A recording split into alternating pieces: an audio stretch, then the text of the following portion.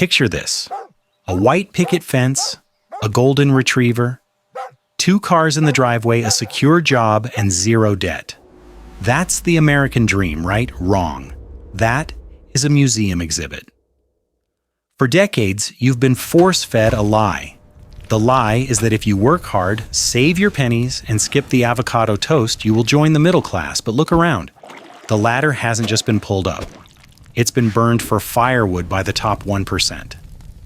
In 1970, the American middle class held 62% of the nation's income.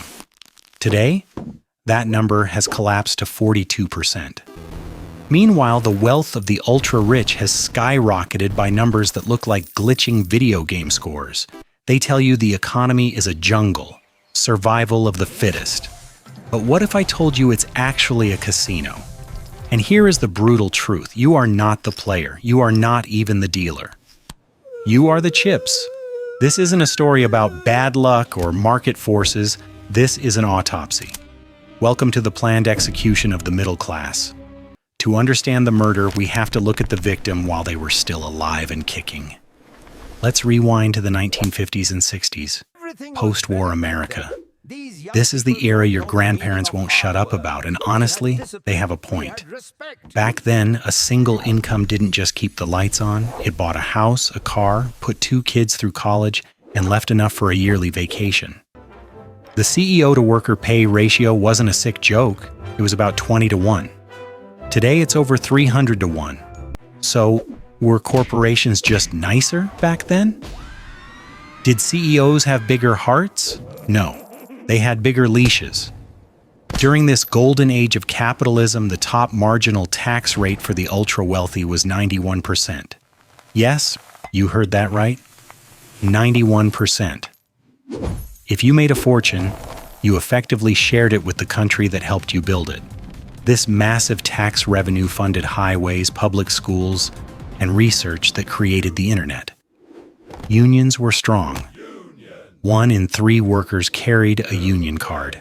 If a company tried to screw over its employees, the machinery stopped. The middle class had leverage.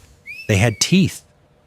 It wasn't a utopia, especially if you weren't white or male, let's be real, but purely economically speaking, the system was designed to circulate money, not hoard it.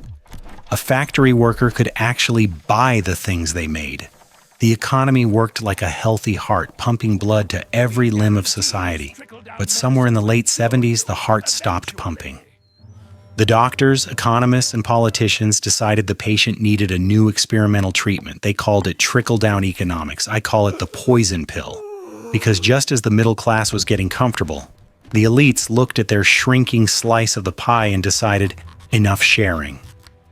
The planning for the execution had begun. So, when exactly did the music stop? Forensic accountants point to a specific timeline, the late 1970s and early 1980s. This is when the software of the American economy received a malicious update. Look at this chart. Visual cue. The famous productivity versus compensation graph. For decades, these 2 lines moved together like dance partners. As workers became more productive, they got paid more. Simple. Fair. But around 1979, the lines split. Productivity kept shooting up like a rocket thanks to computers and automation, but wages? They flatlined. Think about what that means. You are working harder, producing more, and generating more profit than any generation in history, but you aren't seeing a dime of that extra value. Where did the money go? It didn't vanish. It was siphoned off. Enter the villain of our story, the doctrine of shareholder primacy. Before this glitch, companies saw themselves as part of a community. They had a duty to customers, workers, and shareholders. But then economist Milton Friedman and his disciples shouted, "Greed is good." They argued that a corporation's only social responsibility is to increase its profits. And then in 1982, the government handed them the murder weapon. It's called SEC Rule 10b-18. Sounds boring, right? That's by design. Before 1982, it was illegal for companies to buy back their own stock in massive quantities. It was considered market manipulation, because, well, it is. But under President Reagan, the SEC effectively legalized it. Suddenly, CEOs stopped investing in R&D. They stopped raising worker wages. They stopped building better factories. Instead, they took their profits and used them to buy their own company's stock. Why? Because this artificially inflates the stock price. And since CEOs are paid in stock options, they were essentially printing their own bonuses. It is a financial Ouroboros, a snake eating its own tail. Today, companies spend trillions of dollars on stock buybacks. Imagine if that money had gone into your paycheck. Imagine if it had gone into innovation. Instead, it went into the pockets of hedge funds and executives, leaving the corporation hollowed out and fragile. This shifted the entire economy from making things to making money from money. They told us wealth would trickle down. But let's be honest about the physics of this system. Wealth doesn't trickle down, it sticks to the top. The result? The cost of living, housing, healthcare, education soared into the stratosphere while your paycheck stayed anchored in 1980. You aren't struggling because you buy too much Starbucks. You are struggling because the system was re-engineered to extract value from your labor and transfer it to the asset-owning class. The middle class didn't die of natural causes. It was bled dry, dollar by dollar, rule by rule. And just when you think it couldn't get more calculated, we have to talk about the psychological trap they built to keep you running on this hamster wheel. So the game is rigged. The ladder is broken.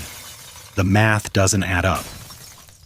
Logic suggests we should all just stop playing, right? Throw down the controller and walk away. But we don't. Instead, we work harder, longer, and faster than ever before. Why? Because the system relies on a psychological trap. Anthropologists have a fancy word for this: involution. It's the opposite of evolution. Evolution is growth. Involution is inward curling. It happens when a society stops expanding and starts competing fiercely for the exact same limited resources. Imagine you are in a crowded movie theater. Everyone is sitting down watching the screen comfortably. This is the economy of the past. Suddenly, one guy in the front row decides to stand up to get a better view.